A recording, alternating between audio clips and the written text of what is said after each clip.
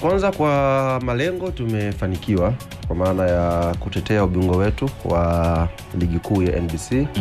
Hayo ni mafanikio makubwa kwa sababu kwa ukubwa wa Yanga msimu unapoanza target huwa ni kushinda. Alafu kwenye kuendea hiyo target ya kushinda ndio safari inakuwa ndefu yenye mabonde, milima, panda, shuka, lakini target ambayo inatafutwa ni kushinda ubingwa, na tumefanikiwa kushinda ubingwa wa ligi kuu msimu huu.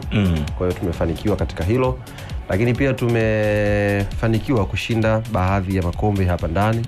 Tulianza kushinda ngao ya jamii msimu ulivyoanza wa 25-26, baadaye tukaenda kushinda kombe la mapinduzi kule Zanzibar.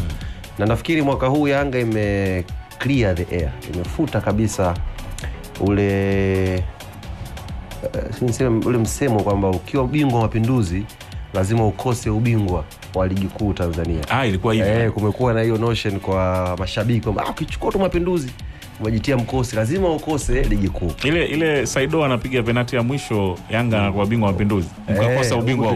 Na iko miaka yote ukifuatia hiyo trend iko hivyo. Ukichukua tu ubingwa mapinduzi huko bara, ukirudi kwenye ligi lazima iwe mtihani. Kwa hiyo sisi tumefanikiwa kuchukua mapinduzi, tumefanikiwa pia kuchukua na ligi. Kwa hiyo ni makombe 3 ya hapa ndani ambayo tumeyapata, na tulifungua msimu kwenye pre-season tulipokwenda Rwanda kwenye Rayon Cup, ile tulichukua pia ile kombe.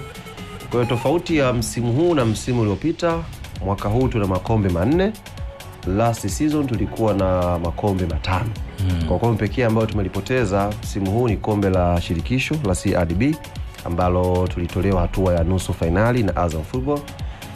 Kwa hiyo ukipima kwenye mizania tunasema tumekuwa na msimu mzuri kwa maana ya achievement, tumepata mataji mengi kama club, na sasa tunamshukuru Mwenyezi Mungu na kujipanga sana msimu unaofuatia kuweka malengo mengine makubwa ya kuifanya klabu yetu ifanikiwe zaidi.